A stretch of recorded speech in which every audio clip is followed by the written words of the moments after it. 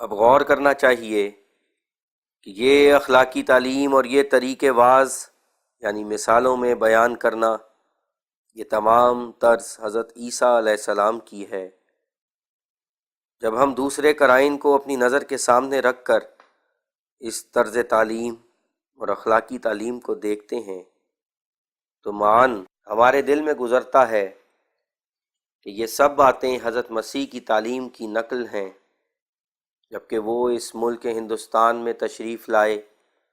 اور جا بجا انہوں نے واز بھی کیے۔ تو ان دنوں میں بدھ مذہب والوں نے ان سے ملاقات کر کے اور ان کو صاحب برکات پا کر اپنی کتابوں میں یہ باتیں درج کر لیں، بلکہ ان کو بت قرار دے دیا، کیونکہ یہ انسان کی فطرت میں داخل ہے کہ جہاں کہیں عمدہ بات پاتا ہے وہ ہر طرح کوشش کرتا ہے کہ اس عمدہ بات کو لے لے، یہاں تک کہ اگر کسی مجلس میں کوئی عمدہ نکتہ کسی کے منہ سے نکلتا ہے تو دوسرا اس کو یاد رکھتا ہے۔ تو پھر یہ بالکل قرین قیاس ہے کہ بدھ مذہب والوں نے انجیلوں کا سارا نقشہ اپنی کتابوں میں کھینچ دیا ہے، مثلاً یہاں تک کہ جیسے مسیح نے 40 روزے رکھے ویسے ہی بدھ نے بھی رکھے، اور جیسا کہ مسیح شیطان سے آزمایا گیا ایسا ہی بدھ بھی آزمایا گیا، اور جیسا کہ مسیح بے پدر تھا ویسا ہی بدھ بھی، اور جیسا کہ مسیح نے اخلاقی تعلیم بیان کی ویسا ہی بدھ نے بھی کی، اور جیسا کہ مسیح نے کہا کہ میں نور ہوں ویسا ہی بدھ نے بھی کہا، اور جیسا کہ مسیح نے اپنا نام استاد رکھا اور حواریوں کا نام شاگرد، ایسا ہی بدھ نے رکھا، اور جیسا کہ انجیل متی باب 10 آیت 8-9 میں ہے کہ سونا اور روپا اور تانبا اپنے پاس مت رکھو، یہی حکم بدھ نے اپنے شاگردوں کو دیا، اور جیسا کہ انجیل میں مجرد رہنے کی ترغیب دی گئی ہے ایسا ہی بدھ کی تعلیم میں ترغیب ہے، اور جیسا کہ مسیح کو صلیب پر کھینچنے کے بعد زلزلہ آیا ایسا ہی لکھا ہے کہ بدھ کے مرنے کے بعد زلزلہ آیا۔ حاشیہ نوٹ: جیسا کہ عیسائیوں میں عشاء ربانی ہے ایسا ہی بدھ مذہب والوں میں بھی ہے۔ حاشیہ ختم۔ بس اس تمام مطابقت کا اصل باعث یہی ہے کہ بدھ مذہب والوں کی خوش قسمتی سے مسیح ہندوستان میں آیا اور ایک زمانہ دراز تک بدھ مذہب والوں میں رہا، اور اس کے سوانح اور اس کی پاک تعلیم پر انہوں نے خوب اطلاع پائی۔ لہٰذا یہ ضروری امر تھا کہ بہت سا حصہ اس تعلیم اور رسوم کا ان میں جاری ہو جاتا، کیونکہ ان کی نگاہ میں مسیح عزت کی نظر سے دیکھا گیا اور بت قرار دیا گیا، اس لیے ان لوگوں نے اس کی باتوں کو اپنی کتابوں میں لکھا اور گوتم بدھ کی طرف منسوب کر دیا۔ بدھ کا بعین ہی حضرت مسیح کی طرح مثالوں میں اپنے شاگردوں کو سمجھانا، خاص کر وہ مثالیں جو انجیل میں آ چکی ہیں، نہایت حیرت انگیز واقعہ ہے۔ چنانچہ ایک مثال میں بدھ کہتا ہے کہ جیسا کہ کسان بیج بوتا ہے اور وہ نہیں کہہ سکتا کہ دانہ آج پھولے گا اور کل نکلے گا، ایسا ہی مرید کا حال ہوتا ہے، یعنی وہ کچھ بھی رائے ظاہر نہیں کر سکتا کہ اس کا نشو و نما اچھا ہوگا یا اس دانے کی طرح ہوگا جو پتھریلی زمین میں ڈالا جائے اور خشک ہو جائے۔ دیکھو بعین ہی یہ وہی مثال ہے جو انجیل میں اب تک موجود ہے، اور پھر بدھ ایک اور مثال دیتا ہے کہ ایک ہرنوں کا گلا جنگل میں خوشحال ہوتا ہے، تب ایک آدمی آتا ہے اور فریب سے وہ راہ کھولتا ہے جو ان کی موت کا راہ ہے، یعنی کوشش کرتا ہے کہ ایسی راہ چلیں جس سے آخر پھنس جائیں اور موت کا شکار ہو جائیں، اور دوسرا آدمی آتا ہے اور وہ اچھا راہ کھولتا ہے یعنی وہ کھیت بوتا ہے تا اس میں سے کھائیں، وہ نہر لاتا ہے تا اس میں سے پیویں اور خوشحال ہو جائیں۔ ایسا ہی آدمیوں کا حال ہے، وہ خوشحالی میں ہوتے ہیں، شیطان آتا ہے اور بدی کی 8 راہیں ان پر کھول دیتا ہے تا ہلاک ہوں۔ تب کامل انسان آتا ہے اور حق اور یقین اور سلامتی کی بھری ہوئی 8 راہیں ان پر کھول دیتا ہے تا وہ بچ جائیں۔ بدھ کی تعلیم میں یہ بھی ہے کہ پرہیزگاری وہ محفوظ خزانہ ہے جس کو کوئی چرا نہیں سکتا۔ وہ ایسا خزانہ ہے کہ موت کے بعد بھی انسان کے ساتھ جاتا ہے۔ وہ ایسا خزانہ ہے اس کے سرمایے سے تمام علوم اور تمام کمال پیدا ہوتے ہیں۔ اب دیکھو کہ بائے نہیں یہی انجیل کی تعلیم ہے، اور یہ باتیں بدھ مذہب کی ان پرانی کتابوں میں پائی جاتی ہیں جن کا زمانہ حضرت مسیح علیہ السلام کے زمانے سے کچھ زیادہ نہیں ہے، بلکہ وہی زمانہ ہے۔ پھر اسی کتاب کے صفحہ 135 میں ہے کہ بدھ کہتا ہے کہ میں ایسا ہوں کہ کوئی مجھ پر داغ نہیں لگا سکتا۔ یہ فکرہ بھی حضرت مسیح کے قول سے مشابہ ہے، اور بدھ ازم کی کتاب کے صفحہ 45 میں لکھا ہے کہ بدھ کی اخلاقی تعلیم اور عیسائیوں کی اخلاقی تعلیم میں بڑی بھاری مشابہت ہے۔ میں اس کو مانتا ہوں۔ میں یہ مانتا ہوں کہ وہ دونوں ہمیں بتاتی ہیں کہ دنیا سے محبت نہ کرو، روپیے سے محبت نہ کرو، دشمنوں سے دشمنی مت کرو، برے اور ناپاک کام مت کرو، بدی پر نیکی کے ذریعے سے غالب آؤ، اور دوسروں سے وہ سلوک کرو جو تم چاہتے ہو کہ وہ تم سے کریں۔ یہ اس قدر انجیلی تعلیم اور بدھ کی تعلیم میں مشابہت ہے کہ تفصیل کی ضرورت نہیں۔ بدھ مذہب کی کتابوں سے یہ بھی ثابت ہوتا ہے کہ گوتم بدھ نے ایک اور آنے والے بدھ کی نسبت پیشگوئی کی تھی جس کا نام متیہ بیان کیا تھا۔ یہ پیشگوئی بدھ کی کتاب لگاوتی ستتا میں ہے، جس کا حوالہ کتاب اولڈن برگ صفحہ 142 میں دیا گیا ہے۔ اس پیشگوئی کی عبارت یہ ہے: متیہ لاکھوں مریدوں کا پیشوا ہوگا، جیسا کہ میں اب سینکڑوں کا ہوں۔ اس جگہ یاد رہے کہ جو لفظ عبرانی میں مشیحا ہے وہی پالی زبان میں متیہ کر کے بولا گیا ہے۔ یہ تو ایک معمولی بات ہے کہ جب ایک زبان کا لفظ دوسری زبانوں میں آتا ہے تو اس میں کچھ تغیر ہو جاتا ہے۔ چنانچہ انگریزی لفظ بھی دوسری زبان میں آ کر تغیر پا جاتا ہے، جیسا کہ نظیر کے طور پر میکس مولر صاحب ایک فہرست میں جو کتاب سیکرٹ آف دی ایسٹ جلد 11 کے ساتھ شامل کی گئی ہے، صفحہ 318 میں لکھتا ہے کہ ٹی ایچ انگریزی زبان کا جو تھا کی آواز رکھتا ہے، فارسی اور عربی زبانوں میں سے ہو جاتا ہے، یعنی پڑھنے میں سے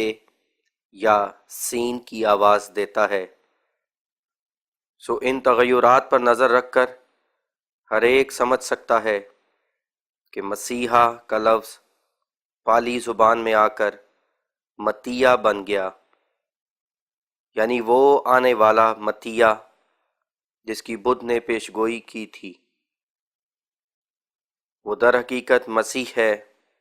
اور کوئی نہیں۔ اس بات پر بڑا پختہ قرینہ یہ ہے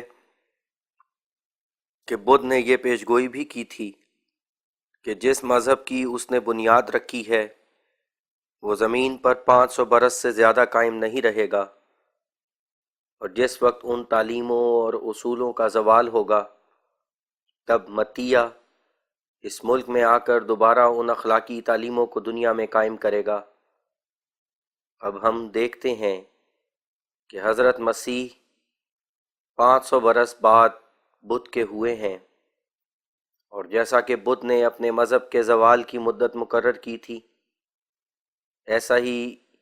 اس وقت بدھ کا مذہب زوال کی حالت میں تھا۔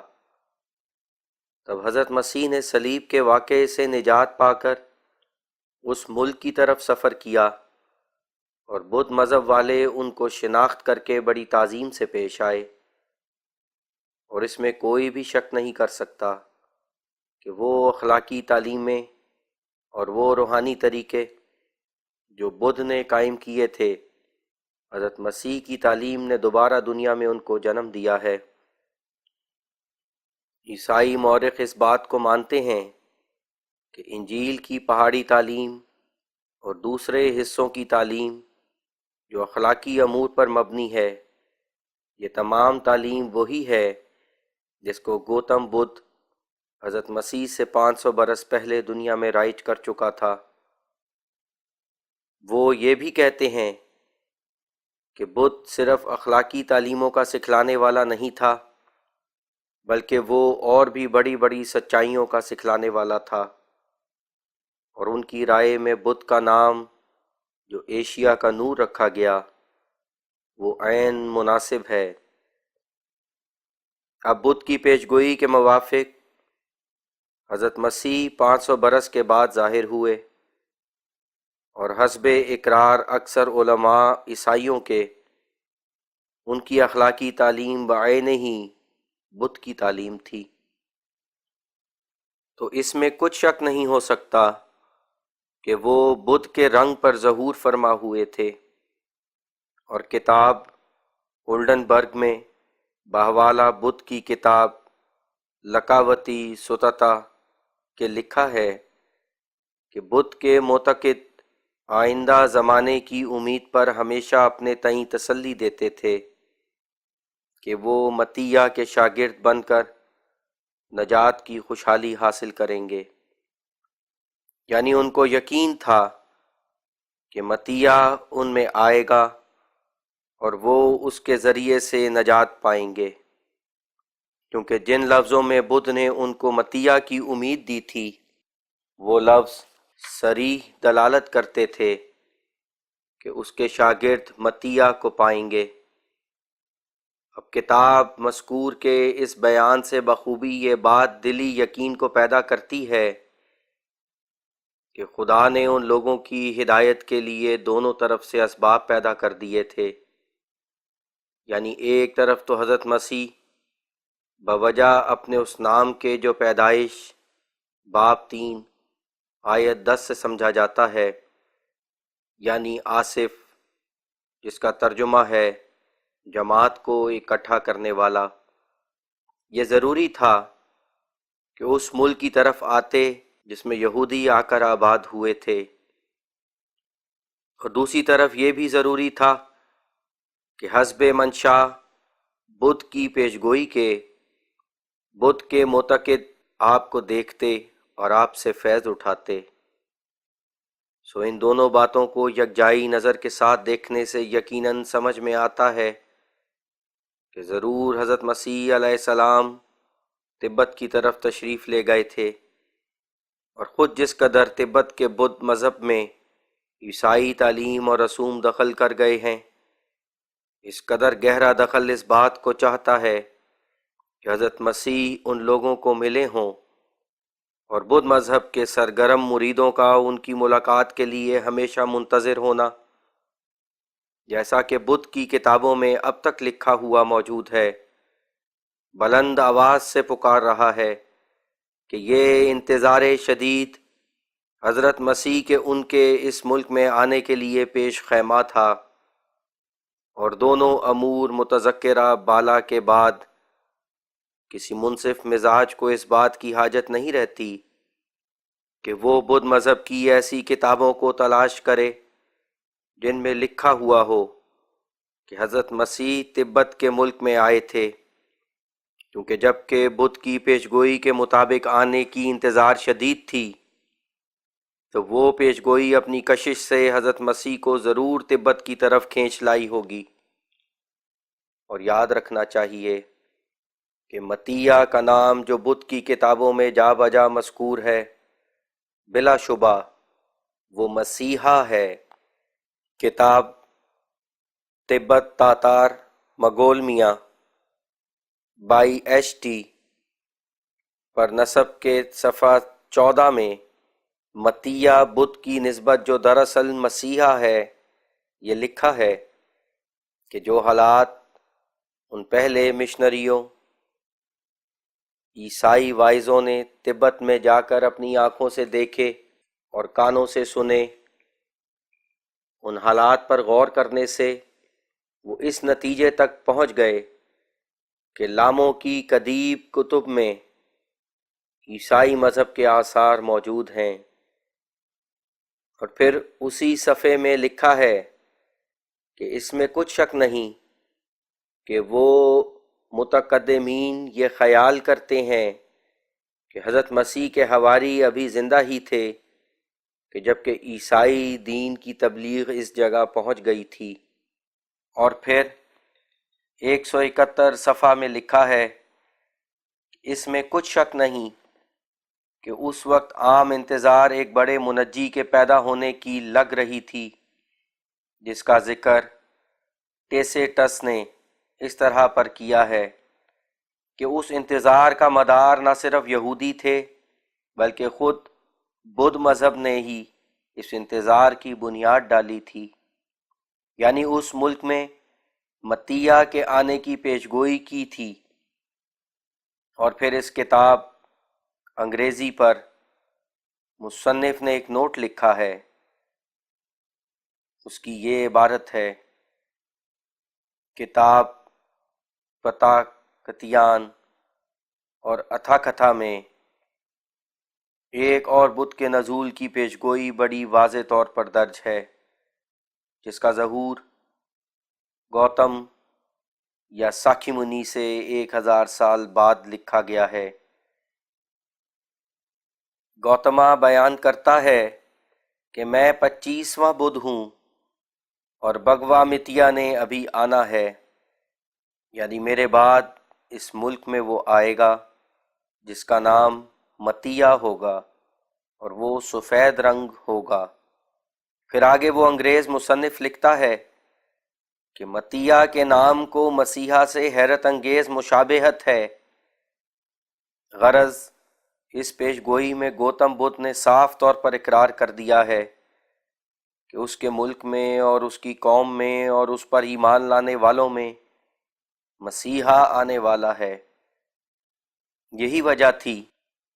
کہ اس کے مذہب کے لوگ ہمیشہ اس انتظار میں تھے کہ ان کے ملک میں مسیحا آئے گا، اور بدھ نے اپنی پیشگوئی میں اس آنے والے بدھ کا نام بھگوا متیا اس لیے رکھا کہ بھگوا سنسکرت زبان میں سفید کو کہتے ہیں، اور حضرت مسیح چونکہ بلاد شام کے رہنے والے تھے اس لیے وہ بھگوا یعنی سفید رنگ تھے۔ جس ملک میں یہ پیشگوئی کی گئی تھی یعنی مگدھ کا ملک جہاں راجہ گریہا واقع تھا، اس ملک کے لوگ سیاہ رنگ تھے اور گوتم بدھ خود سیاہ رنگ تھا، اس لیے بدھ نے آنے والے بدھ کی قطعی علامت ظاہر کرنے کے لیے 2 باتیں اپنے مریدوں کو بتلائیں تھیں، ایک یہ کہ وہ بھگوا ہوگا، دوسرے یہ کہ وہ متیہ ہوگا یعنی سیر کرنے والا ہوگا اور باہر سے آئے گا۔ سو ہمیشہ وہ لوگ انہی علامتوں کے منتظر تھے جب تک کہ انہوں نے حضرت مسیح کو دیکھ لیا۔ یہ عقیدہ ضروری طور پر ہر ایک بدھ مذہب والے کا ہونا چاہیے کہ بدھ سے 500 برس بعد بھگوا متیا ان کے ملک میں ظاہر ہوا تھا۔ حاشیہ 1000 و 5000 سال والی میادیں غلط ہیں۔ حاشیہ ختم۔ سو اس عقیدے کی تائید میں کچھ تعجب نہیں ہے کہ بدھ مذہب کی بعض کتابوں میں متیہ یعنی مسیحا کا ان کے ملک میں آنا اور اس طرح پر پیشگوئی کا پورا ہو جانا لکھا ہوا ہو، اور اگر یہ فرض بھی کر لیں کہ لکھا ہوا نہیں ہے تب بھی جب کہ بدھ نے خدائے تعالیٰ سے الہام پا کر اپنے شاگردوں کو یہ امید دی تھی کہ بھگوا متیا ان کے ملک میں آئے گا، اس بنا پر کوئی بدھ مت والا جو اس پیشگوئی پر اطلاع رکھتا ہو اس واقعے سے انکار نہیں کر سکتا کہ وہ بھگوا متیا جس کا دوسرا نام مسیحا ہے اس ملک میں آیا تھا، کیونکہ پیشگوئی کا باطل ہونا مذہب کو باطل کرتا ہے، اور ایسی پیشگوئی جس کی میعاد بھی مقرر تھی، اور گوتم بدھ نے بار بار اس پیشگوئی کو اپنے مریدوں کے پاس بیان کیا تھا، اگر وہ اپنے وقت پر پوری نہ ہوتی تو بدھ کی جماعت گوتم بدھ کی سچائی کی نسبت شبے میں پڑ جاتی، اور کتابوں میں یہ بات لکھی جاتی کہ یہ پیشگوئی پوری نہیں ہوئی۔ اور اس پیشگوئی کے پورا ہونے پر ہمیں ایک اور دلیل یہ ملتی ہے کہ تبت میں 7ویں صدی عیسوی کی وہ کتابیں دستیاب ہوئی ہیں جن میں مسیح کا لفظ موجود ہے، یعنی حضرت عیسیٰ علیہ السلام کا نام لکھا ہے، اور اس لفظ کو می شی ہو کر کے ادا کیا ہے، اور وہ فہرست جس میں می شی ہو پایا گیا ہے اس کا مرتب کرنے والا ایک بدھ مذہب کا آدمی ہے۔ دیکھو کتاب a record of the Buddhist religion, مصنفہ آئی سنگھ، مترجم جی ٹکاکوسو، اور جی ٹکاکوسو ایک جاپانی شخص ہے جس نے آئی سنگھ کی کتاب کا ترجمہ کیا ہے، اور آئی سنگھ ایک چینی سیاح ہے جس کی کتاب کے حاشیے پر اور ضمیمے میں ٹکاکوسو نے تحریر کیا ہے کہ ایک قدیم تالیف میں می شی ہو یعنی مسیح کا نام درج ہے،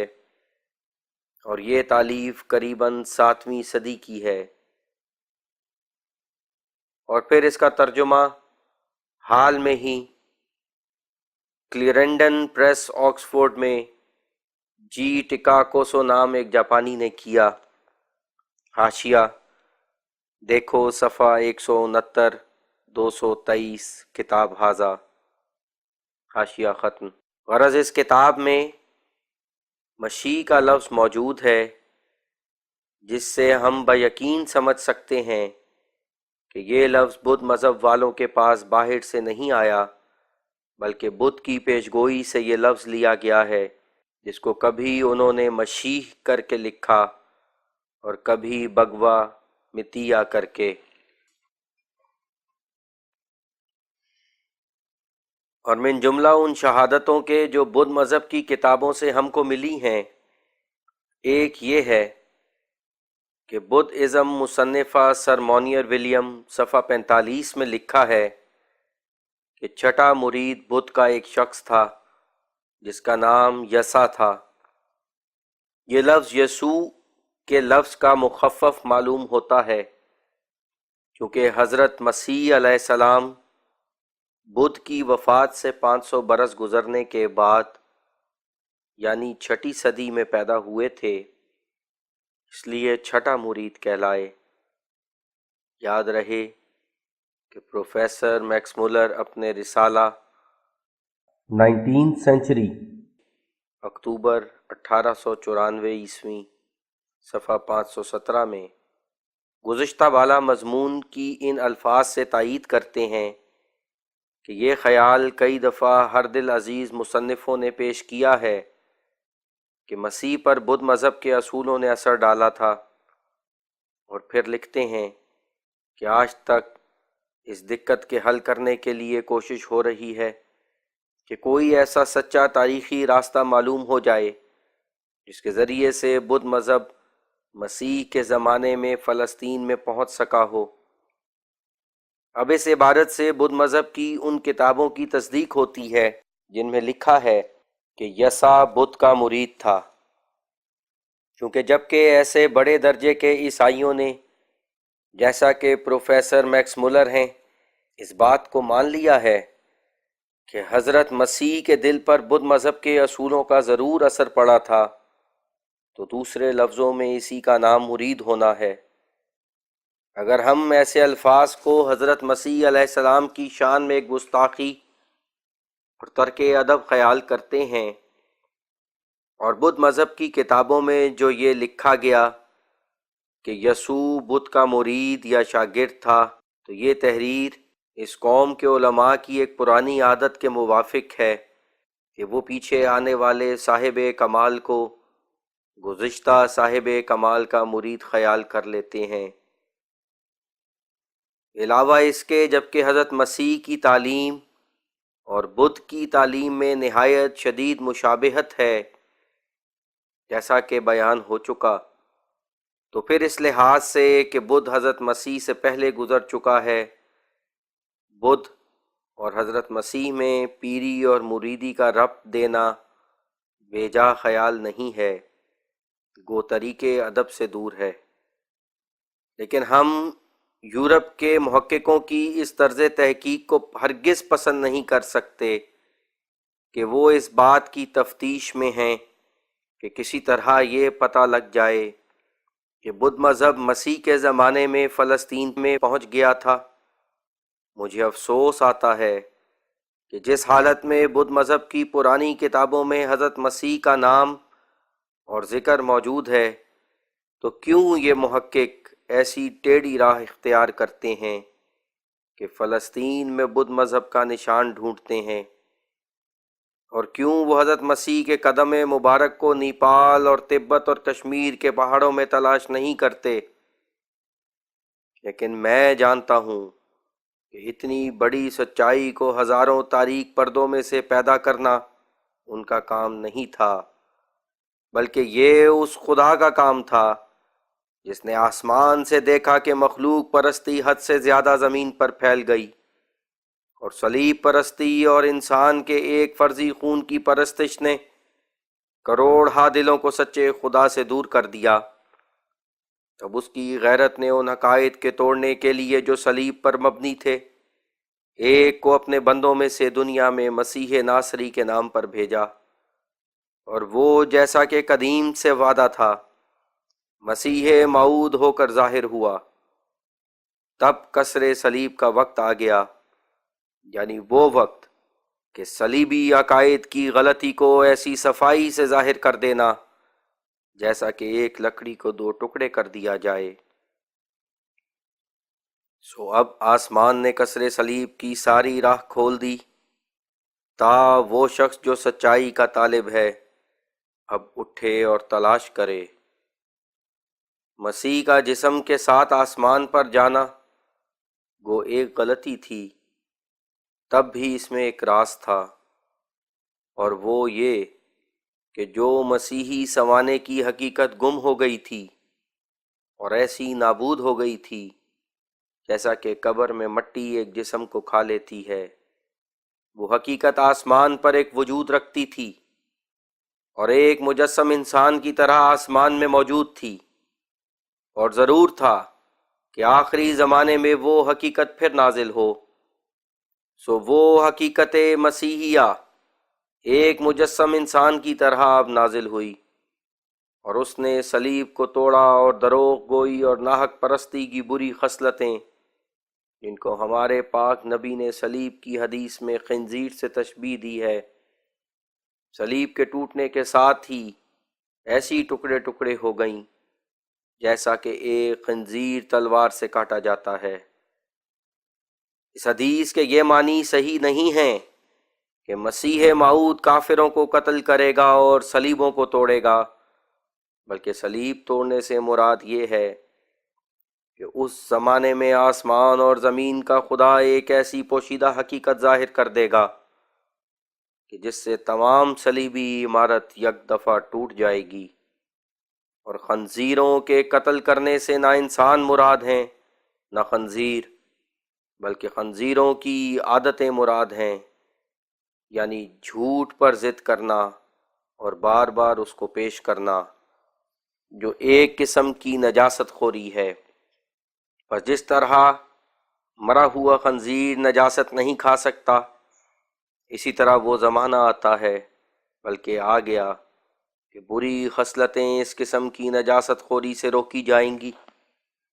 اسلام کے علماء نے اس نوی پیش گوئی کے سمجھنے میں غلطی کھائی ہے، اور اصل معنی صلیب توڑنے اور خنزیر قتل کرنے کے یہی ہیں جو ہم نے بیان کر دیے ہیں۔ یہ بھی تو لکھا ہے کہ مسیح موعود کے وقت میں مذہبی جنگوں کا خاتمہ ہو جائے گا، اور آسمان سے ایسی روشن سچائیاں ظاہر ہو جائیں گی کہ حق اور باطل میں ایک روشن تمیز دکھلا دیں گی۔ بس یہ خیال مت کرو کہ میں تلوار چلانے آیا ہوں، نہیں، بلکہ تمام تلواروں کو میان میں کرنے کے لیے بھیجا گیا ہوں۔ دنیا نے بہت کچھ اندھیرے میں کشتی کی، بہتوں نے اپنے سچے خیرخواہوں پر حربے چلائے اور اپنے درد مند دوستوں کے دلوں کو دکھایا اور عزیزوں کو زخمی کیا، مگر اب اندھیرا نہیں رہے گا۔ رات گزری، دن چڑھا، اور مبارک وہ جو اب محروم نہ رہے۔ اور من جملہ ان شہادتوں کے جو بدھ مذہب کی کتابوں سے ہم کو ملی ہیں، وہ شہادت ہے جو کتاب بدھ ازم مصنفہ اولڈن برگ صفحہ 419 میں درج ہے۔ اس کتاب میں بحوالہ کتاب مہاواگا صفحہ 54 فصل نمبر 1 کے لکھا ہے کہ بدھ کا ایک جانشین راہولتا نام بھی گزرا ہے کہ جو اس کا جانثار شاگرد بلکہ بیٹا تھا۔ اب اس جگہ ہم دعوے سے کہہ سکتے ہیں کہ یہ راہولتا جو بدھ مذہب کی کتابوں میں آیا ہے، یہ روح اللہ کے نام کا بگاڑا ہوا ہے، جو حضرت عیسیٰ علیہ السلام کا نام ہے۔ اور یہ قصہ کہ یہ راہولتا بدھ کا بیٹا تھا جس کو وہ شیر خارگی کی حالت میں چھوڑ کر پردیس میں چلا گیا تھا، اور نیز اپنی بیوی کو سوتی ہوئی چھوڑ کر بغیر اس کی اطلاع اور ملاقات کے ہمیشہ کی جدائی کی نیت سے کسی اور ملک میں بھاگ گیا تھا۔ یہ قصہ بالکل بیہودہ اور لغو اور بدھ کی شان کے برخلاف معلوم ہوتا ہے۔ ایسا سخت دل اور ظالم طبع انسان جس نے اپنی عاجز عورت پر کچھ رحم نہ کیا اور اس کو سوتے ہوئے چھوڑ کر بغیر اس کے کہ اس کو کسی قسم کی تسلی دیتا یوں ہی چوروں کی طرح بھاگ گیا اور زوجیت کے حقوق کو قطعاً فراموش کر دیا، نہ اسے طلاق دی اور نہ اس سے اس قدر ناپیدا کنار سفر کی اجازت لی، اور یک دفعہ غائب ہو جانے سے اس کے دل کو سخت صدمہ پہنچایا اور سخت ایذا دی، اور پھر ایک خط بھی اس کی طرف روانہ نہ کیا، یہاں تک کہ بیٹا جوان ہو گیا اور نہ بیٹے کے ایام شیر خارگی پر رحم کیا۔ ایسا شخص کبھی راست باز نہیں ہو سکتا جس نے اپنی اس اخلاقی تعلیم کا بھی کچھ پاس نہ کیا جس کو وہ اپنے شاگردوں کو سکھلاتا تھا۔ ہمارا کانشس اس کو ایسا ہی قبول نہیں کر سکتا جیسا کہ انجیلوں کے اس قصے کو کہ مسیح نے ایک مرتبہ ماں کے آنے اور اس کے بلانے کی کچھ بھی پرواہ نہیں کی تھی، بلکہ ایسے الفاظ منہ پر لایا تھا جس میں ماں کی بے عزتی تھی۔ بس اگرچہ بیوی اور ماں کی دل چکنی کرنے کے دونوں قصے بھی باہم ایک گونا مشابہت رکھتے ہیں، لیکن ہم ایسے قصے جو عام اخلاقی حالت سے بھی گرے ہوئے ہیں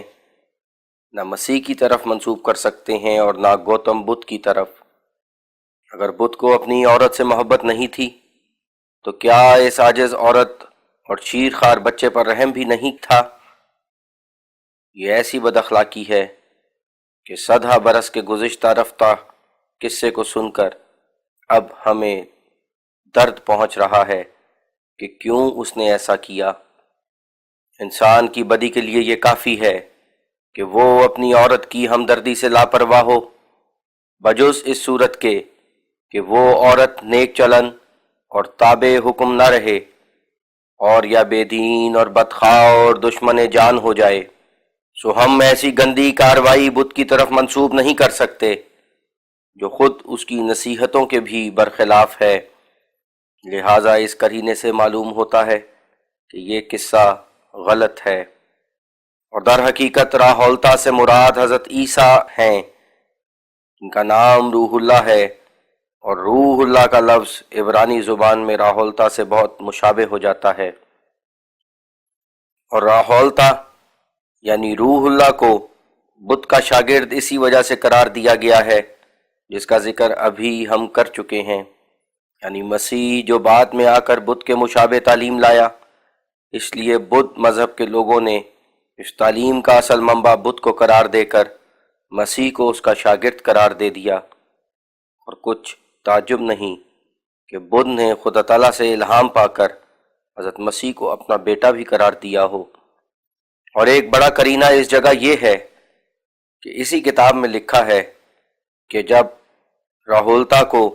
اس کی والدہ سے علیحدہ کیا گیا تو ایک عورت جو بدھ کی مرید تھی جس کا نام مگدالیانہ تھا، اس کام کے لیے درمیان میں ایلچی بنی تھی۔ اب دیکھو، مگدالیانہ کا نام در حقیقت مگدلینی سے بگاڑا ہوا ہے، اور مگدلینی ایک عورت حضرت عیسیٰ علیہ السلام کی مرید تھی جس کا ذکر انجیل میں موجود ہے۔ یہ تمام شہادتیں جن کو ہم نے مجملاً لکھا ہے، ہر ایک منصف کو اس نتیجے تک پہنچاتی ہیں کہ ضرور حضرت عیسیٰ علیہ السلام اس ملک میں تشریف لائے تھے، اور قطع نظر ان تمام روشن شہادتوں کے بدھ مذہب اور عیسائی مذہب میں تعلیم اور رسوم کے لحاظ سے جس قدر باہمی تعلقات ہیں، بالخصوص تبت کے حصے میں یہ امر ایسا نہیں ہے کہ ایک دانش مند سہل انگاری سے اس کو دیکھے، بلکہ یہ مشابہت یہاں تک حیرت انگیز ہے کہ اکثر محقق عیسائیوں کا یہ خیال ہے کہ بدھ مذہب مشرق کا عیسائی مذہب ہے، اور عیسائی مذہب کو مغرب کا بدھ مذہب کہہ سکتے ہیں۔ دیکھو کس قدر عجیب بات ہے کہ جیسے مسیح نے کہا کہ میں نور ہوں، میں راہ ہدایت ہوں، یہی بدھ نے بھی کہا ہے، اور انجیلوں میں مسیح کا نام نجات دہندہ ہے، بدھ نے بھی اپنا نام منجی ظاہر کیا ہے۔ دیکھو للتا وسترا اور انجیل میں مسیح کی پیدائش بغیر باپ کے بیان کی گئی ہے، ایسا ہی بدھ کے سوانے میں ہے کہ دراصل وہ بغیر باپ کے پیدا ہوا تھا، گو بظاہر حضرت مسیح کے باپ یوسف کی طرح اس کا بھی باپ تھا۔ یہ بھی لکھا ہے کہ بدھ کی پیدائش کے وقت ایک ستارہ نکلا تھا، اور سلیمان کا قصہ جو اس نے حکم دیا تھا کہ اس بچے کو آدھا آدھا کر کے ان دونوں عورتوں کو دو کہ لے لیں، یہ قصہ بدھ کی جاتکا میں بھی پایا جاتا ہے۔ اس سے سمجھ آتا ہے کہ علاوہ اس کے کہ حضرت مسیح علیہ السلام اس ملک میں تشریف لائے، اس ملک کے یہود جو اس ملک میں آ گئے تھے ان کے تعلقات بھی بدھ مذہب سے ہو گئے تھے، اور بدھ مذہب کی کتابوں میں جو طریقے پیدائش دنیا لکھا ہے وہ بھی توریت کے بیان سے بہت ملتا ہے، اور جیسا کہ توریت سے معلوم ہوتا ہے کہ مرد کو عورتوں پر ایک درجہ فوقیت ہے، ایسا ہی بدھ مذہب کے روح سے ایک جوگی مرد ایک جوگی عورت سے درجے میں زیادہ سمجھا جاتا ہے۔ ہاں بدھ تناسخ کا قائل ہے، مگر اس کا تناسخ انجیل کی تعلیم سے مخالف نہیں ہے۔ اس کے نزدیک تناسخ 3 قسم پر ہے۔ اول یہ کہ ایک مرنے والے شخص کی عقد ہمت اور اعمال کا نتیجہ تقاضا کرتا ہے کہ ایک اور جسم پیدا ہو۔ دوسری وہ قسم جس کو تبت والوں نے اپنے لاموں میں مانا ہے، یعنی یہ کہ کسی بدھ یا بدھ ستوا کی روح کا کوئی حصہ موجودہ لاموں میں حلول کر آتا ہے، یعنی اس کی قوت اور طبیعت اور روحانی خاصیت موجودہ لامے میں آ جاتی ہے اور اس کی روح اس میں اثر کرنے لگتی ہے۔ تیسری قسم تناسخ کی یہ ہے کہ اسی زندگی میں طرح طرح کی پیدائشوں میں انسان گزرتا چلا جاتا ہے، یہاں تک کہ در حقیقت اپنے ذاتی خواص کے لحاظ سے انسان بن جاتا ہے۔ ایک زمانہ انسان پر وہ آتا ہے کہ گویا وہ بیل ہوتا ہے، اور پھر زیادہ حرص اور کچھ شرارت بڑھتی ہے تو کتا بن جاتا ہے، اور ایک ہستی پر موت آتی ہے اور دوسری ہستی پہلی ہستی کے اعمال کے موافق پیدا ہو جاتی ہے۔ لیکن یہ سب تغیرات اسی زندگی میں ہوتے ہیں، اس لیے یہ عقیدہ بھی انجیل کی تعلیم کے مخالف نہیں ہے۔ اور ہم بیان کر چکے ہیں کہ بدھ شیطان کا بھی قائل ہے، ایسا ہی دوزخ اور بہشت اور ملائک اور قیامت کو بھی مانتا ہے۔ اور یہ الزام جو بدھ خدا کا منکر ہے، یہ محض افتراء ہے، بلکہ بدھ ویدانت کا منکر ہے اور ان جسمانی خداؤں کا منکر ہے جو ہندو مذہب میں بنائے گئے تھے۔ ہاں، وہ وید پر بہت نکتہ چینی کرتا ہے اور موجودہ وید کو صحیح نہیں مانتا اور اس کو ایک بگڑی ہوئی اور محرف اور مبدل کتاب خیال کرتا ہے، اور جس زمانے میں وہ ہندو اور وید کا تابع تھا، اس زمانے کی پیدائش کو ایک بری پیدائش قرار دیتا ہے۔ چنانچہ وہ اشارات کے طور پر کہتا ہے کہ میں ایک مدت تک بندر بھی رہا اور ایک زمانے تک ہاتھی، اور پھر میں ہرن بھی بنا اور کتا بھی، اور 4 دفعہ میں سانپ بنا، اور پھر چڑیا بھی بنا اور مینڈک بھی بنا، اور 2 دفعہ مچھلی بنا، اور 10 دفعہ شیر بنا، اور 4 دفعہ مرغا بنا، اور 2 دفعہ میں سور بنا، اور 1 دفعہ خرگوش بنا، اور خرگوش بننے کے زمانے میں بندروں اور گیدڑوں اور پانی کے کتوں کو تعلیم دیا کرتا تھا۔ اور پھر کہتا ہے کہ 1 دفعہ میں بھوت بنا، اور 1 دفعہ عورت بنا، اور 1 دفعہ ناچنے والا شیطان بنا۔ یہ تمام اشارات اس اپنی تمام زندگی کی طرف کرتا ہے جو بزدلی اور زنانہ خصلت اور ناپاکی اور درندگی اور وحشیانہ حالت اور عیاشی اور شکم پرستی اور توہمات سے بھری ہوئی تھی۔ معلوم ہوتا ہے کہ یہ وہ اس زمانے کی طرف اشارہ کرتا ہے جبکہ وہ وید کا پیرو تھا، کیونکہ وہ وید کے ترک کرنے کے بعد کبھی اس بات کی طرف اشارہ نہیں کرتا کہ پھر بھی کوئی حصہ گندی زندگی کا اس کے اندر رہا تھا، بلکہ اس کے بعد اس نے بڑے بڑے دعوے کیے اور کہا کہ وہ خدا کا مظہر ہو گیا اور نروان کو پا گیا۔ بدھ نے یہ بھی کہا ہے کہ جب انسان دوزخ کے اعمال لے کر دنیا سے جاتا ہے تو وہ دوزخ میں ڈالا جاتا ہے، اور دوزخ کے سپاہی اس کو کھینچ کر دوزخ کے بادشاہ کی طرف اس کو لے جاتے ہیں، اور اس بادشاہ کا نام یما ہے۔ اور پھر اس دوزخی سے پوچھا جاتا ہے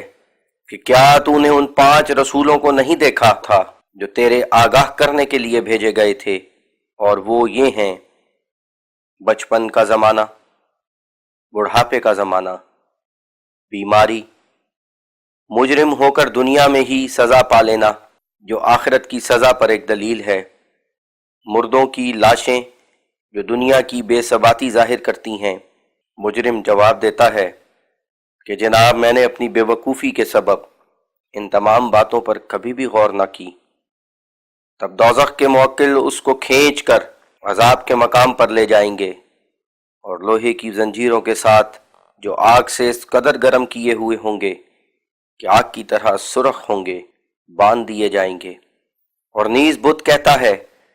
کہ دوزخ میں کئی طبقے ہیں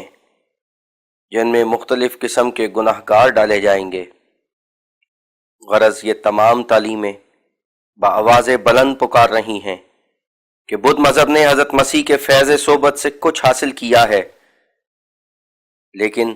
ہم اس جگہ اس سے زیادہ طول دینا پسند نہیں کرتے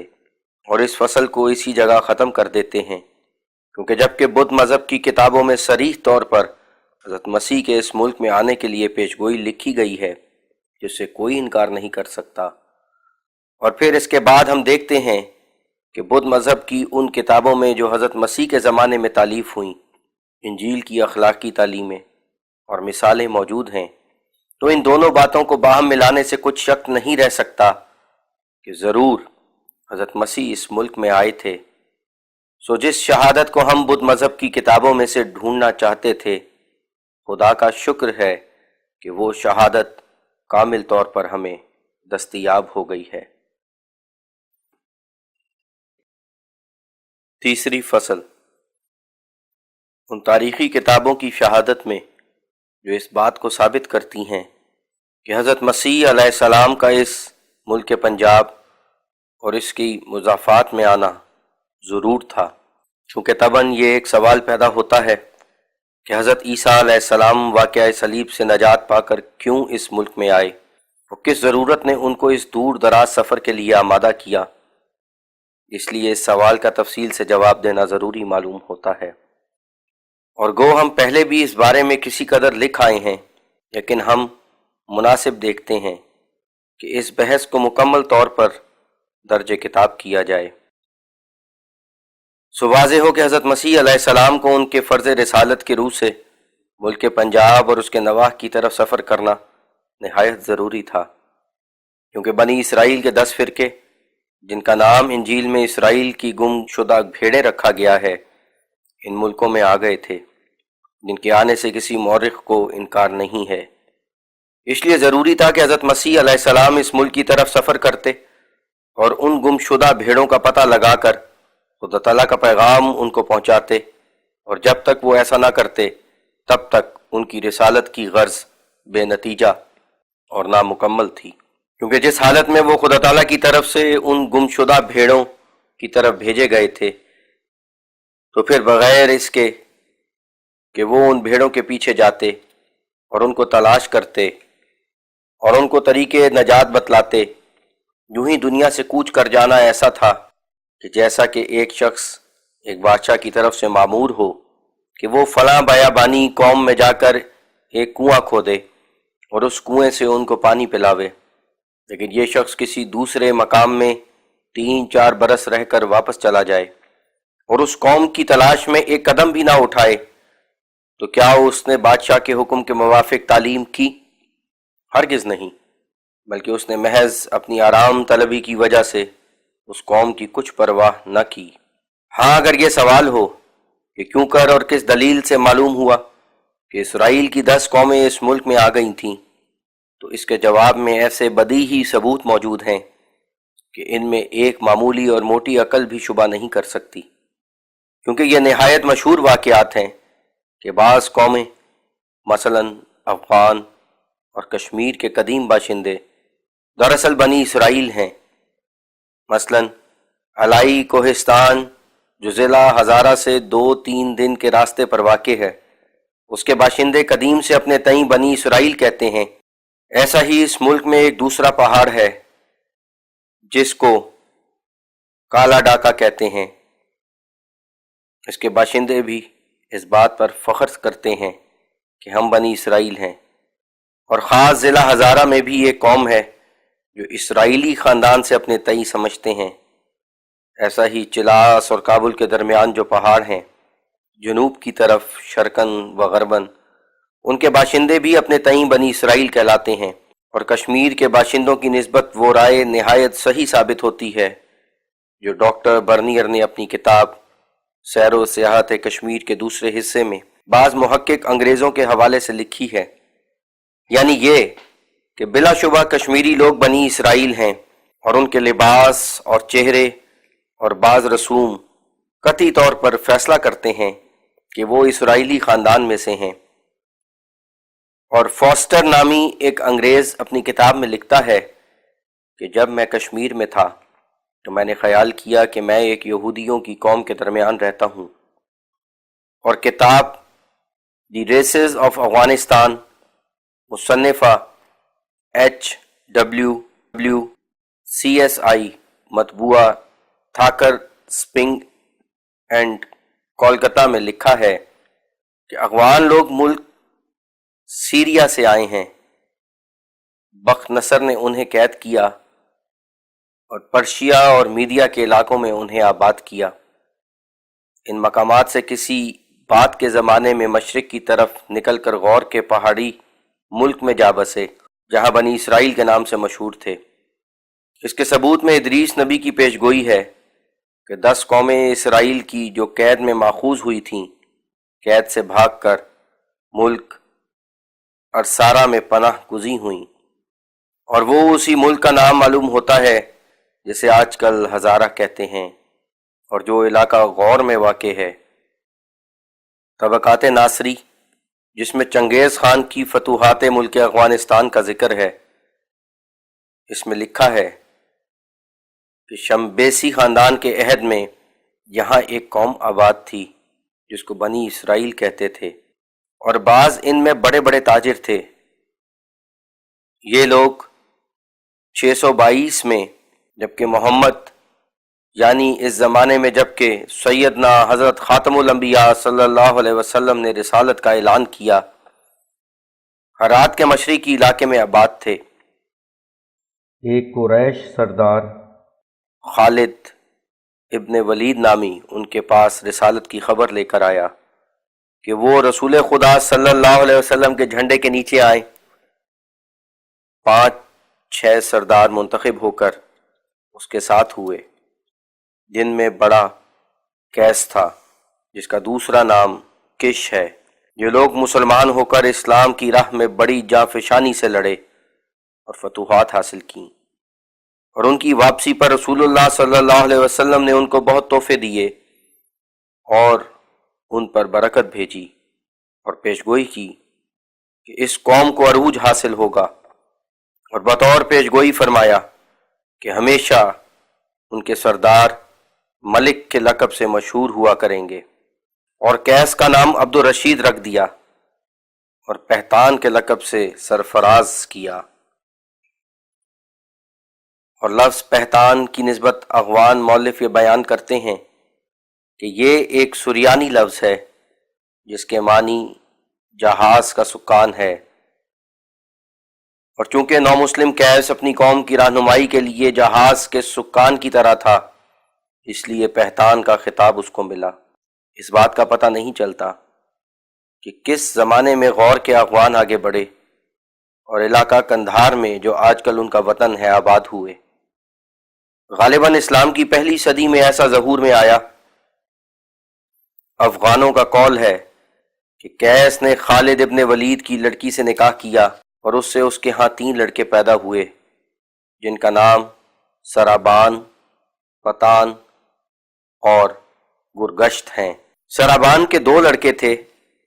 جن کے نام سچرج یون اور کرش یون ہیں، اور انہی کی اولاد اغوان یعنی بنی اسرائیل کہلاتے ہیں۔ ایشیائے کوچک کے لوگ اور مغربی اسلامی مورخ اغوانوں کو سلیمانی کہتے ہیں، اور کتاب cyclopedia of India eastern and southern Asia مصنفہ ای بیلفور جلد 100 میں لکھا ہے کہ قوم یہود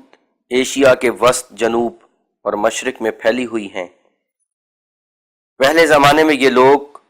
ملک چین میں بکثرت آباد تھے، اور مقام یہچو صدر مقام ضلع شو ان کا معبد تھا۔ ڈاکٹر وولف جو بنی اسرائیل کے 10 غائب شدہ فرقوں کی تلاش میں بہت مدت پھرتا رہا، اس کی یہ رائے ہے کہ اگر اغوان اولاد یعقوب میں سے ہیں تو وہ یہودا اور بنیامین قبیلوں میں سے ہیں۔ ایک اور روایت سے ثابت ہوتا ہے کہ یہودی لوگ تاتار میں جلا وطن کر کے بھیجے گئے تھے، اور بخارا، مرو اور خیوا کے متعلقہ علاقوں میں بڑی تعداد میں موجود تھے۔ برسٹر جان شہنشاہ تاتار نے ایک خط میں جو بنام الکسیس قامنینس شہنشاہ قسطنطنیہ ارسال کیا تھا، اپنے ملک تاتار کا ذکر کرتے ہوئے لکھا ہے کہ اس دریا آمو کے پار بنی اسرائیل کے 10 قبیلے ہیں جو اگرچہ اپنے بادشاہ کے ماتحت ہونے کا دعویٰ کرتے ہیں لیکن فی الحقیقت ہماری رعیت اور غلام ہیں۔ ڈاکٹر مور کی تحقیقات سے معلوم ہوا ہے کہ تاتاری قوم چوزن یہودی الاصل ہیں، اور ان میں اب تک یہودی مذہب کے قدیم آثار پائے جاتے ہیں، چنانچہ وہ ختنہ کی رسم ادا کرتے ہیں۔ اغوانوں میں یہ روایت ہے کہ وہ 10 گمشدہ بنی اسرائیلی قبائل ہیں۔ بادشاہ بخت نصر نے یروشلم کی تباہی کے بعد گرفتار کر کے غور کے ملک میں بسایا جو بامیان کے نزدیک ہے، اور وہ خالد بن ولید کے آنے سے پہلے برابر یہودی مذہب کے پابند رہے۔ افغان شکل و شباہت میں ہر طرح سے یہود نظر آتے ہیں، اور انہی کی طرح چھوٹا بھائی بڑے بھائی کی بیوہ سے شادی کرتا ہے۔ ایک فرانسیسی سیاح فرائر نامی جب ہرات کے علاقے میں سے گزر رہا تھا تو اس نے لکھا ہے کہ اس علاقے میں بنی اسرائیل بکثرت ہیں اور اپنے یہودی مذہب کے ارکان کے ادا کرنے کی پوری آزادی انہیں حاصل ہے۔ ربی بن یمین ساکن شہر ٹولیڈو اسپین 12ویں صدی عیسوی میں گمشدہ قبیلوں کی تلاش میں گھر سے نکلا۔ اس کا بیان ہے کہ یہ یہودی لوگ چین، ایران اور تبت میں آباد ہیں۔ جوزیفس جس نے 93 عیسوی میں یہودیوں کی قدیم تاریخ لکھی ہے، اپنی 11ویں کتاب میں عزرا نبی کے ساتھ قید سے واپس جانے والے یہودیوں کے بیان کے ضمن میں بیان کرتا ہے کہ 10 قبیلے دریائے فرات کے اس پار اب تک آباد ہیں اور ان کی تعداد شمار سے باہر ہے۔ دریائے فرات سے اس پار سے مراد فارس اور مشرقی علاقے ہیں، اور سینٹ جروم جو 5ویں صدی عیسوی میں گزرا ہے، وہ سی نبی کا ذکر کرتے ہوئے اس معاملے کے ثبوت میں حاشیے پر لکھتا ہے کہ اس دن سے بنی اسرائیل کے 10 فرقے شاہ پارتھیا یعنی پارس کے ماتحت ہیں اور اب تک قید سے رہا نہیں کیے گئے۔ اور اسی کتاب کی جلد اول میں لکھا ہے کہ کون جورن سٹرنا اپنی کتاب کے صفحہ 233-234 میں تحریر کرتا ہے کہ اغوان اس بات کو تسلیم کرتے ہیں کہ بخت نصر نے ہیکل یروشلم کی تباہی کے بعد بامیان کے علاقے میں انہیں جلا وطن کر کے بھیج دیا۔ بامیان کا علاقہ غور کے متصل اور افغانستان میں واقع ہے۔ اور کتاب a narrative of a visit to Ghazni Kabul Afghanistan, مصنفہ G T Vigne F G S, مطبوعہ 1840 صفحہ 166 میں لکھا ہے کہ کتاب مجمع الانصاب سے ملا، خدا داد نے پڑھ کر سنایا کہ یعقوب کا بڑا بیٹا یہودا تھا، اس کا بیٹا اسرک تھا، اسرک کا بیٹا اکنور، اکنور کا بیٹا مالب، مالب کا فرلائی، فرلائی کا بیٹا کیس تھا، کیس کا بیٹا تالوت، تالوت کا ارمیا، اور ارمیا کا بیٹا اغوان تھا۔ اس کی اولاد قوم اغوان ہے، اور اسی کے نام پر اغوان کا نام مشہور ہوا۔ اغوان بخت نصر کا ہم اثر تھا اور بنی اسرائیل کہلاتا تھا، اور اس کے 40 بیٹے تھے۔ اس کی 34ویں پشت میں 2000 برس بعد وہ کیس ہوا جو محمد رسول اللہ صلی اللہ علیہ وسلم کے زمانے میں تھا، اس سے 64 نسلیں ہو لیں۔ سلم نامی اغوان کا سب سے بڑا بیٹا اپنے وطن شام سے ہجرت کر کے غور مشکوہ کے علاقے میں جو ہرات کے قریب ہے آباد ہوا۔ اس کی اولاد افغانستان میں پھیل گئی۔ اور کتاب انسائکلوپیڈیا آف جیوگرافی، مرتبہ James Bryce F G S, مطبوعہ لندن 1856 عیسوی کے صفحہ 11 میں لکھا ہے کہ افغان لوگ اپنا سلسلہ نسب سال بادشاہ اسرائیل سے ملاتے ہیں اور اپنا نام بنی اسرائیل رکھتے ہیں۔ الیگزینڈر بزنس کا قول ہے کہ افغان یہ روایت بیان کرتے ہیں کہ وہ یہودی الاصل ہیں۔ شاہ بابل نے انہیں قید کر کے غور کے علاقے میں لا بسایا جو کابل سے شمال مغرب میں واقع ہے۔ یہ لوگ 622 عیسوی تک اپنے یہودی مذہب پر رہے، لیکن خالد بن عبداللہ، غلطی سے ولید کی جگہ عبداللہ لکھا ہوا ہے، نے اس قوم کے ایک سردار کی لڑکی سے بیاہ کر لیا اور ان کو اس سال میں دین اسلام قبول کرایا۔ اور کتاب ہسٹری آف افغانستان، مصنفہ کرنیل جی بی میلسن، مطبوعہ لندن 1878 عیسوی صفحہ 39 میں لکھا ہے کہ عبداللہ خان ہراتی اور فرانسیسی سیاح فرائر یعنی سر ولیم جونز جو ایک بڑا متبحر عالم علوم شرقیہ گزرا ہے، اس بات پر متفق ہیں کہ اغوان قوم بنی اسرائیل الاصل ہیں اور 10 گمشدہ فرقوں کی اولاد ہیں۔ اور کتاب ہسٹری آف دی افغانز، مصنفہ جی پی فرائر فرانسیسی، مترجمہ کپتان ولیم جے سی، مطبوعہ لندن 1858 صفحہ 1 میں لکھا ہے کہ شرقی مورخوں کی کثرت رائے یہی ہے کہ اغوان قوم بنی اسرائیل کے 10 فرقوں کی اولاد سے ہیں، اور یہی رائے اغوانوں کی اپنی ہے، اور یہی مورخ اس کتاب کے صفحہ 4 میں لکھتا ہے کہ اغوانوں کے پاس اس بات کے ثبوت کے لیے ایک دلیل ہے جس کو وہ یوں پیش کرتے ہیں کہ جب نادر شاہ ہند کی فتح کے ارادے سے پشاور پہنچا تو یوسف زئی قوم کے سرداروں نے اس کی خدمت میں ایک بائبل عبرانی زبان میں لکھی ہوئی پیش کی، اور ایسا ہی کئی دوسری چیزیں پیش کیں جو ان کے خاندانوں میں اپنے قدیم مذہب کے رسوم ادا کرنے کے لیے محفوظ چلی آتی تھیں۔ اس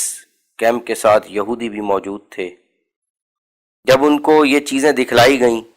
تو فوراً انہوں نے ان کو پہچان لیا، اور پھر یہی مورخ اپنی کتاب کے صفحہ 4 کے بعد لکھتا ہے کہ عبداللہ خان ہراتی کی رائے میرے نزدیک بہت قابل اعتبار ہے، جس کا خلاصہ یہ ہے: ملک طالوت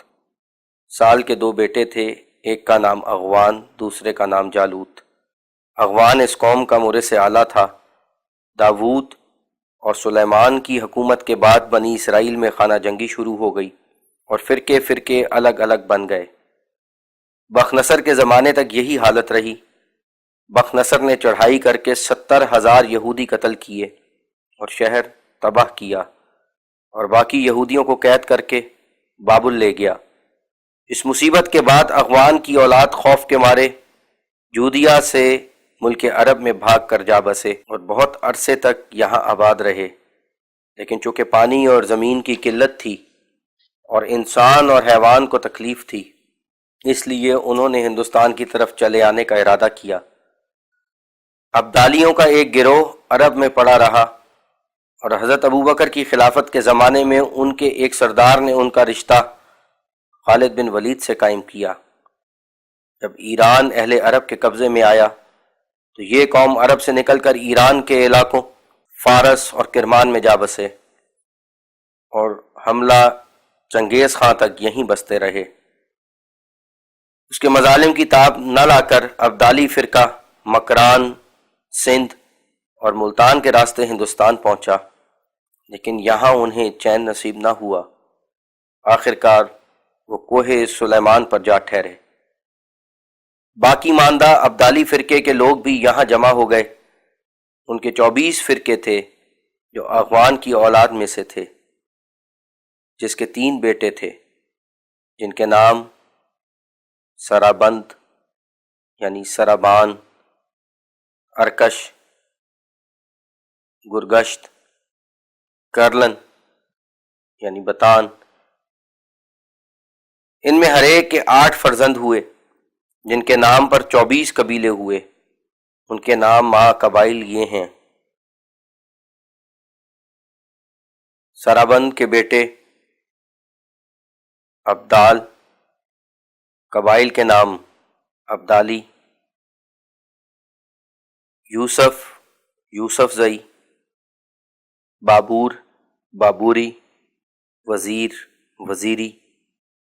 لوہان، لوہانی، برچ، برچی، خوگیان، خوگیانی، شران، شرانی، گرگشت یعنی ارکش کے بیٹے خلج، قبائل کے نام خلجی، خلزئی، کاکر، کاکری، جمورین، جمورینی، ستوریان، ستوریانی، پین، پینی، کس، کسی، تکان، تکانی، نصر، نصری۔ کرلن کے بیٹے خٹک، قبائل خٹکی، سور، سوری، آفرید، آفریدی، تور، توری، زاز، زازی، باب، بابی، بنگنیش، بنگنیشی، لنڈی پور، لنڈی پوری۔ تما کلامہ، اور کتاب مخزن افغانی تالیف خواجہ نعمت اللہ ہراتی بعہد جہانگیر شاہ، تالیف شدہ 1018 ہجری، جس کو پروفیسر برنہارڈ ڈورن خارکو یونیورسٹی نے بمقام لندن ترجمہ کر کے 1836 میں شائع کیا ہے۔ اس کے مفصلہ ذیل ابواب میں یہ بیان ہے۔ حاشیہ ہے: معتبر تواریخ مثلاً تاریخ طبری، مجمع الانساب، گزیدہ جہاں کشائی، مطلع الانوار، معدن اکبر سے خلاصہ کر کے یہ کتاب بنائی گئی ہے۔ دیکھو صفحہ 3، دیباچہ از مصنف۔ حاشیہ ختم۔ باب اول میں بیان تاریخ یعقوب اسرائیل ہے، جس سے اس افغان قوم کا شجرہ نسب شروع ہوتا ہے۔ باب دوم میں مضمون تاریخ شاہ طالوت ہے، یعنی افغانوں کا شجرہ نسب طالوت سے ملایا گیا ہے۔ صفحہ 22-23 میں لکھا ہے کہ طالوت کے 2 بیٹے تھے، برخیہ اور ارمیہ۔ برخیہ کا بیٹا آصف تھا اور ارمیہ کا افغان۔ اور صفحہ 24 میں لکھا ہے کہ افغان کے 24 بیٹے تھے اور افغان کی اولاد کے برابر کوئی اور اسرائیلی قبیلے میں نہ تھا۔ اور صفحہ 65 میں لکھا ہے کہ بخت نصر نے تمام شام پر قبضہ کر لیا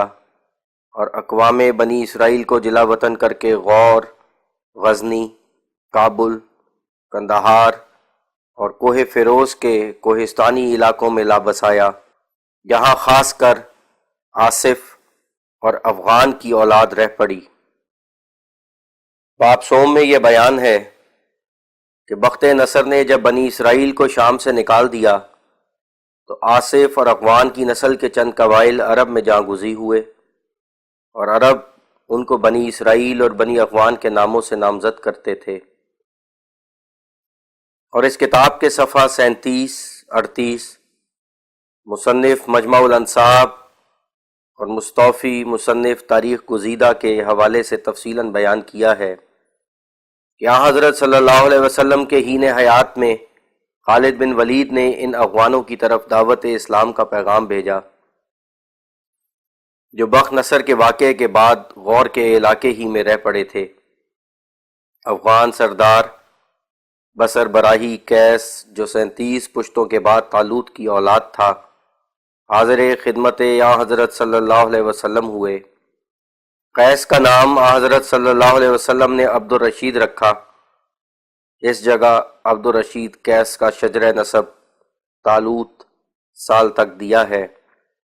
نیز حضرت صلی اللہ علیہ وسلم نے سرداروں کا نام پٹھان رکھا، جس کے معنی سکان جہاز کے ہیں۔ کچھ عرصے کے بعد سردار واپس اپنے ملک میں آئے اور اسلام کی تبلیغ کی۔ اور اسی کتاب مخزن افغانی کے صفحہ 63 میں لکھا ہے کہ بنی افغانہ یا بنی افغان ناموں کی نسبت فرید الدین احمد اپنی کتاب رسالہ انساب افغانیہ میں مفصلہ ذیل عبارت لکھتا ہے: بخت نصر مجوسی جب بنی اسرائیل اور شام کے علاقوں پر مستولی ہوا اور یروشلم کو تباہ کیا تو بنی اسرائیل کو قیدی اور غلام بنا کر جلا وطن کر دیا، اور اس قوم کے کئی قبیلے جو موسوی شریعت کے پابند تھے اپنے ساتھ لے گیا اور حکم دیا کہ وہ آبائی مذہب چھوڑ کر خدا کی بجائے اس کی پرستش کریں، لیکن انہوں نے انکار کیا۔ بنا بری بخت نصر نے نہایت عاقل اور فہیم لوگوں میں سے 2000 کو مار ڈالا اور باقیوں کے لیے حکم دیا کہ اس کے مقبوضات اور شام سے کہیں باہر چلے جائیں۔ ان کا ایک حصہ ایک سردار کے ماتحت بخت نصر کے مقبوضات سے نکل کر کوہستان غور میں چلا گیا اور یہاں ان کی اولاد رہ پڑی۔ دن بدن ان کی تعداد بڑھتی گئی اور لوگوں نے ان کو بنی اسرائیل، بنی آصف اور بنی افغان کے ناموں سے موسوم کیا۔ صفحہ 64 میں مصنف مذکور کا قول ہے کہ معتبر کتب مثلاً تاریخ افغانی، تاریخ غوری وغیرہ میں یہ دعویٰ درج ہے: افغان بہت زیادہ حصہ تو بنی اسرائیل ہیں اور کچھ حصہ قبطی۔ نیز ابو الفضل کا بیان ہے کہ بعض افغان اپنے آپ کو مصری الاصل سمجھتے ہیں اور یہ وجہ پیش کرتے ہیں کہ جب بنی اسرائیل یروشلم سے مصر واپس گئے، اس فرقے یعنی افغان نے ہندوستان کو نقل مقام کیا اور صفحہ 64 میں فرید الدین احمد اغوان کے نام کی بابت یہ لکھتا ہے، اغوان نام کی نسبت بعض نے یہ لکھا ہے کہ شام سے جلا وطنی کے بعد جب وہ ہر وقت اپنے وطن مالوف کا دل میں خیال لاتے تھے تو آہو فغاں کرتے تھے، لہٰذا ان کا نام افغان ہوا۔ اور یہی رائے سر جان میلکم کی ہے، دیکھو ہسٹری آف پرشیا جلد 1 صفحہ 101۔ اور صفحہ 63 میں محبت خان کا بیان ہے کہ چوں ایشا از تواب و لواحق سلیمان علیہ السلام اند بنا برا ایشا را مردم عرب سلیمانی گویند۔ اور صفحہ 65 میں لکھا ہے، تقریباً تمام مشرقی مورخوں کی یہی تحقیقات ہیں کہ افغان قوم کا اپنا یہی اعتقاد ہے کہ وہ یہودی الاصل ہیں، اور اس رائے کو زمانہ حال کے بعض مورخوں نے بھی اختیار کیا ہے یا غالباً صحیح سمجھا ہے۔ اور یہ رواج کہ افغان یہودیوں کے نام اپنے نام رکھتے ہیں بے شک افغانوں کے مسلمان ہو جانے کی وجہ سے ہے، لیکن مترجم برنہارڈ دورن کا یہ خیال کوئی ثبوت نہیں رکھتا۔ پنجاب کے شمال و مغربی حصے میں اکثر ایسی قومیں ہندی الاصل آباد ہیں جو آباد ہو گئی ہیں، لیکن ان کے نام یہودی ناموں کی طرز پر ہرگز نہیں، جس سے صاف طور پر معلوم ہوتا ہے کہ مسلمان ہو جانے سے ایک قوم میں یہودی نام داخل نہیں ہو جاتے۔ افغان کے خط و خال یہودیوں سے حیرت انگیز طور پر مشابہت رکھتے ہیں، اور اس بات کو ان محققوں نے بھی تسلیم کر لیا ہے جو افغانوں کے دعوی یہودی الاصل ہونے پر کچھ التفات نہیں کرتے، اور یہی ایک ثبوت ہے جو ان کے یہودی الاصل ہونے کے بارے میں مل سکتا ہے۔ سر جان میلکم کے الفاظ اس بارے میں یہ ہیں، اگرچہ افغانوں کا یہودیوں کی معزز نسل سے ہونے کا دعویٰ بہت مشتبہ ہے، لیکن ان کی شکل و ظاہری خط و خال اور ان کے اکثر رسوم سے یہ امر صاف ظاہر ہے کہ وہ افغان، فارسیوں، تاتاریوں اور ہندیوں سے ایک جدا قوم ہے، اور معلوم ہوتا ہے کہ صرف یہی بات اس بیان کو معتبر ٹھہراتی ہے جس کی مخالفت بہت سی قوی واقعات کرتے ہیں اور جس کا کوئی صاف ثبوت نہیں ملتا۔ اگر ایک قوم کی دوسری قوم کے ساتھ شکل و وضع میں مشابہت رکھنے سے کوئی نتیجہ نکل سکتا ہے تو کشمیری اپنے یہودیوں والے خط و خال کی وجہ سے یقیناً یہودی الاصل ثابت ہوں گے، اور اس بات کا صرف برنیئر نے ہی نہیں بلکہ فورسٹر اور شاید دیگر محققوں نے ذکر کیا ہے۔ اگرچہ فورسٹر برنیئر کی رائے کو تسلیم نہیں کرتا، تاہم وہ اقرار کرتا ہے کہ جب وہ کشمیریوں میں تھا تو اس نے خیال کیا کہ وہ ایک یہودیوں کی قوم کے درمیان رہتا ہے، اور کتاب ڈکشنری آف جیوگرافی مرتبہ اے کے جانسٹن کے صفحہ 250 میں کشمیر کے لفظ کے بیان میں یہ عبارت ہے، یہاں کے باشندے دراز قد، قوی ہیکل، مردانہ شباہت والے، عورتیں مکمل اندام والی، خوبصورت، بلند، خمدار بینی والے، شکل و وضع میں بالکل یہودیوں کے مشابہ ہیں۔ اور سول اینڈ ملٹری گزٹ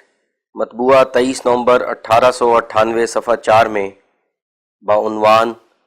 مضمون سواتی اور آفریدی اقوام لکھا ہے کہ ہمیں ایک اعلیٰ درجے کا قیمتی اور دلچسپ مضمون ملا ہے جو برٹش ایسوسی ایشن کے ایک حال کے جلسے میں ایسوسی ایشن مذکورہ کی شاخ متعلقہ تاریخ طبی نوع انسان میں پیش کیا گیا ہے، اور جو کمیٹی تحقیقات تاریخ طبی انسان کے موسم سرما کے جلسے میں ابھی سنایا جانا ہے، ہم وہ مکمل مضمون ذیل میں درج کرتے ہیں۔ ہندوستان کی مغربی سرحد کے پٹھان یا پکتان باشندوں کا حال قدیمی تاریخوں میں موجود ہے، اور بہت سے فرقوں کا ذکر ہیروڈوٹس نے اور سکندر اعظم کے تاریخ نویسوں نے کیا ہے۔ وسطی زمانے میں اس پہاڑ کا غیر آباد اور ویرانہ کا نام روا تھا، اور اس علاقے کے باشندوں کا نام رحیلہ تھا، اور اس میں شک نہیں کہ یہ رحیلے یا پٹھان قوم افغانان کے نام و نشان سے پہلے ان علاقوں میں آباد تھے۔ اب سارے افغان پٹھانوں میں شمار کیے جاتے ہیں کیونکہ وہ پٹھانی زبان یعنی پشتو بولتے ہیں، لیکن وہ ان سے کسی رشتے کا اقرار نہیں کرتے اور ان کا دعویٰ ہے کہ ہم بنی اسرائیل ہیں، یعنی ان فرقوں کی اولاد ہیں جن کو بخت نصر قید کر کے بابل لے گیا تھا، مگر سب نے پشتو زبان کو اختیار کر لیا ہے اور سب اسی مجموعہ قوانین ملکی کو مانتے ہیں جس کا نام پکتان والی ہے، اور جس کے بہت سے قواعد پرانی موسوی شریعت سے عجیب طور پر مشابہت رکھتے ہیں اور بعض اقوام راجپوت کے پرانے رسم و رواج سے بھی ملتے جلتے ہیں۔ اگر ہم اسرائیلی آثار کو زیر نظر رکھ کر دیکھیں تو ظاہر ہوگا کہ پٹھانوں کی قومیں دو بڑے حصوں میں منقسم ہو سکتی ہیں، یعنی اول وہ فرقے ہندی الاصل ہیں جیسے وزیری، آفریدی، اورکزئی وغیرہ، دوسرے افغان جو سامی سیمیٹک ہونے کا دعویٰ کرتے ہیں اور سرحد پر زیادہ آبادی انہی کی ہے، اور کم سے کم یہ ممکن ہے کہ پکتان والی جو ایک غیر مکتوب ضابطۂ قواعد ملکی ہے سب کا مل کر تیار ہوا ہے۔ اس میں ہم دیکھتے ہیں کہ موسوی احکام راجپوتی رسوم سے ملے ہوئے ہیں جن کی ترمیم اسلامی رسوم نے کی ہیں۔ وہ افغان جو اپنے تئیں درانی کہلاتے ہیں اور جب سے کہ درانی سلطنت کی بنیاد پڑی ہے یعنی 150 سال سے اپنے تئیں درانی ہی نامزد کرتے آئے ہیں، کہتے ہیں کہ وہ اصلاً اسرائیلی فرقوں کی اولاد سے ہیں اور ان کی نسل کش یعنی کیس سے جاری ہوتی ہے، جس کو حضرت محمد صلی اللہ علیہ وسلم نے پٹھان کے نام سے موسوم کیا، جس کے معنی سریانی زبان میں سکان کے ہیں، کیونکہ اس نے لوگوں کو اسلام کی لہروں میں کشتی کی طرح چلانا تھا۔ اگر ہم قوم افغان کا قوم اسرائیل سے کوئی قدیمی رشتہ نہ مانیں تو ان اسرائیلی ناموں کی کوئی وجہ بیان کرنا ہمارے لیے مشکل ہو جاتا ہے جو عام طور پر رائج ہیں، اور بعض رسوم مثلاً عید فصح کے تہوار کے رائج ہونے کی وجہ بیان کرنا اور بھی ہمارے لیے دشوار ہو جاتا ہے۔ اور قوم افغان کی یوسف زئی شاخ اگر عید فصح کی حقیقت کو سمجھ کر نہیں مناتے تو کم سے کم ان کا تہوار عید فصح کی نہایت عجیب اور عمدہ نقل ہے۔ ایسا ہی اسرائیلی رشتہ نہ ماننے کی حالت میں ہم اس اصرار کی بھی کوئی وجہ نہیں بتلا سکتے جو اعلیٰ تعلیم یافتہ افغانوں کو اس روایت کے بیان کرنے اور اس پر قائم رہنے میں ہے۔ اس سے معلوم ہوتا ہے کہ اس روایت کی صداقت کی کوئی اصلی بنیاد ضرور ہوگی۔ بیلیو کی رائے ہے کہ اسرائیلی رشتے کا در حقیقت سچا ہونا ممکن ہے، مگر وہ بیان کرتا ہے کہ افغانوں کی 3 بڑی شاخوں میں سے جو اپنے تئیں کیس کی اولاد بیان کرتے ہیں کم سے کم ایک شاخ سارا بور کے نام سے موسوم ہے، اور یہ لفظ پشتو زبان میں اس نام کا ترجمہ ہے جو پرانے زمانے میں سورج بنسی راجپوتوں کا نام تھا۔ ان کی نسبت یہ معلوم ہے کہ ان کی بستیاں مہابھارت کی لڑائی میں چندر بنسی خاندان سے شکست کھا کر افغانستان میں آ بسی تھیں۔ اس طرح معلوم ہوا کہ ممکن ہے کہ افغان بنی اسرائیل ہوں جو قدیمی راجپوتوں میں مل گئے ہوں،